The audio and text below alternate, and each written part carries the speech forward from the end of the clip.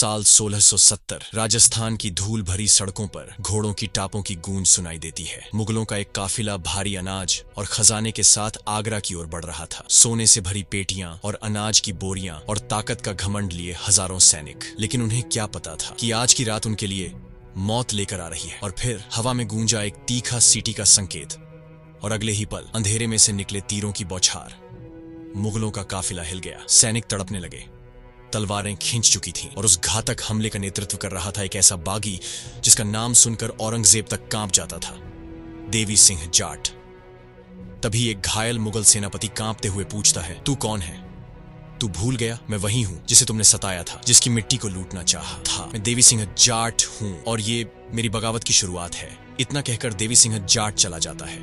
आज हम आपको ऐसे डाकू की कहानी बताने जा रहे हैं जो सिर्फ एक डाकू की नहीं, एक बागी की है जिसने अपने लहू से इतिहास लिखा। देवी सिंह जाट का जन्म सन 1640 के आसपास राजस्थान के भरतपुर क्षेत्र में हुआ था। उनका परिवार एक मेहनती किसान परिवार था जो खेती और पशुपालन पर निर्भर था। बचपन में उन्हें उनके दादाजी राजस्थान के वीरता भरे इतिहास की कहानियां सुनाते थे, जहां राजपूत और जाट योद्धाओं ने मुगलों और अन्य आक्रमणकारियों से लड़ाइयां लड़ी थीं। छोटी उम्र में ही देवी सिंह अपने परिवार के साथ खेतों में जाते और उनके साथ खेती में हाथ बढ़ाते। उन दिनों मुगल साम्राज्य का अत्याचार अपने चरम पर था। मुगल सूबेदार भारी कर वसूलते, किसानों की फसलें लूटते और जो विरोध करता उसे बेरहमी से मार दिया जाता, यहाँ तक कि उनके घरों तक को भी जला दिया जाता। समय बीतता गया और देवी सिंह अब 10 साल के हो गए थे। एक दिन जब देवी सिंह के गांव में मुगलों के सैनिक कर वसूलने आए, एक गरीब किसान जो पहले ही गरीबी से झुंझ रहा था, वह समय पर कर नहीं दे सका। क्रूर मुगल सैनिकों ने उसके परिवार को भरी सभा में पीटा और उसकी झोंपड़ी में आग लगा दी। यह देखकर देवी सिंह के मन में गुस्से की चिंगारी भड़क उठी। उस दिन के बाद देवी सिंह गाँव के अखाड़े में ज्यादा समय बिताते और धीरे धीरे उन्होंने अपने आप को फौलाद बना लिया। और 15 साल की उम्र में उन्होंने पहली बार मुगलों के खिलाफ एक छोटे हमले में हिस्सा लिया और दुश्मनों को घायल करके भागने में सफल रहे। घायल सैनिक जब औरंगजेब को बताया तो वह बहुत क्रोधित हुए। उन दिनों मुगल सैनिकों पर जाटों द्वारा छोटे हमले होते रहते थे, इसलिए औरंगजेब ने इसे छोटा मोटा गुंडा समझकर इस पर ज्यादा ध्यान नहीं दिया। लेकिन वह इस बात से अनजान था कि कुछ समय बाद यही शख्स उसकी नाक में दम करके रखेगा। और इस तरफ देवी सिंह जाट, जो कि अपने जैसे सताए हुए योद्धाओं को इकट्ठा करते, और कुछ ही दिनों में उन्होंने अपनी एक गुप्त सेना बना ली। मुगलों से बैर लेने के कारणवश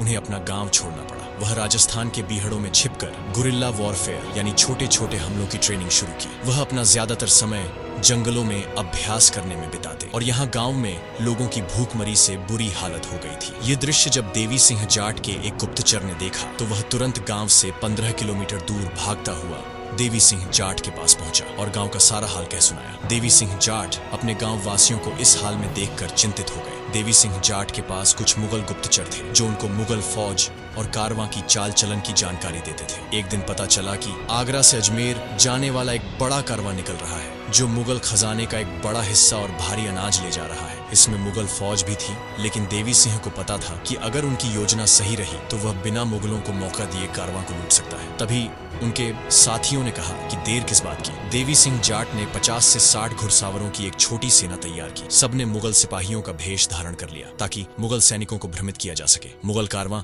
एक सुनसान रास्ते से गुजर रहा था जो आगरा से अजमेर जाता था। रात के अंधेरे में देवी सिंह जाट और उनकी सेना छुप कर बैठ गई। जैसा ही कारवां गुजर गया, उनके एक साथी ने एक बड़ी मशाल जला दी जो उनकी सेना के सिग्नल का एक हिस्सा था और फिर शुरू हुई असली जंग। देवी सिंह और उसकी सेना ने पहले ही कारवां के आगे और पीछे वाले मुगल सिपाहियों पर हमला किया। जब तक कारवां के सिपाहियों को पता चलता कि उन पर हो चुका है, तब तक आधे से ज्यादा मुगल सैनिक ऊपर पहुंच चुके थे। कुछ ही समय में देवी सिंह के घुड़सावर पूरा खजाना और अनाज की बोरियां ले उठे। मुगल फौज सोचती रही कि यह हमला किसी मुगल दुश्मन ने किया है, लेकिन जब सच पता चला तब तक देवी सिंह जंगल के रास्ते से निकल चुके थे। इस लूट का धन देवी सिंह ने सिर्फ अपने लिए नहीं रखा, उन्होंने सारा अनाज किसानों और गरीब लोगों में बांट दिया गया। इस वजह से उनको जाट समाज और गरीब लोग एक हीरो की तरह देखने लगे। ये एक ऐसा डाकू है जो सिर्फ लूटने के लिए नहीं बल्कि लोगों की मदद के लिए लूटा था। जब ये खबर मुगल सम्राट औरंगजेब तक पहुंची तब उससे एहसास हुआ कि जिसे उसने छोटा गुंडा समझने की गलती की थी, वही शख्स उसके नुकसान का कारण बन गया। ये एक ऐसी लूट थी जो सिर्फ धन का नुकसान नहीं था बल्कि मुगलों की इज्जत का भी सवाल बन गया था। इसके तुरंत बाद औरंगजेब ने अपने शीर्ष कमांडरों की एक टोली भेजकर देवी सिंह जाट को ढूंढने का आदेश दिया। देवी सिंह जाट मुगलों की हिट लिस्ट पर आ चुके थे और उनको जिंदा या मुर्दा पकड़ने का फरमान जारी किया गया। पर देवी सिंह जाट को पहले पहले ही इसकी भनक लग गई थी। उसने अपने गुप्तचरों से खबर ली और अपनी सबसे बड़ी रणनीति तैयार की। देवी सिंह ने मुगल सेना को राजस्थान के बीहड़ों में घुसने दिया। बीहड़ों में पहले से ही देवी सिंह के सिपाही छुपे हुए थे और बस उनका इंतजार ही कर रहे थे। जैसे ही मुगल सेना अंदर आई, चारों तरफ से उन पर हमला कर दिया गया। 3 घंटे की भयंकर लड़ाई के बाद देवी सिंह जाट के आधे से ज्यादा सैनिक वीरगति को प्राप्त हो चुके थे और एक समय ऐसा आया जब देवी सिंह को मुगलों ने चारों तरफ से घेर लिया। देवी सिंह ने अपने आखिरी सांस तक लड़ाई लड़ी, लेकिन जब चारों तरफ से उसे घेर लिया गया और अपनी आखिरी सांस तक लड़े और वीरगति को प्राप्त हुए, देवी सिंह तो चला गया, लेकिन उसके नाम की गूंज आज भी राजस्थान की हवाओं में सुनाई देती है। उसने सिर्फ जंग नहीं लड़ी, बल्कि मुगलों के खिलाफ हिम्मत का वो दीपक जलाया जिसे बुझाना नामुमकिन था। दोस्तों, ये थी वीर देवी सिंह जाट की कहानी। अगर आपको ये कहानी पसंद आई तो इसे शेयर करें और अपने विचार नीचे कमेंट करें। हम मिलते हैं आपको जल्दी ही एक और वीर गाथा के साथ। तब तक के लिए बाय बाय।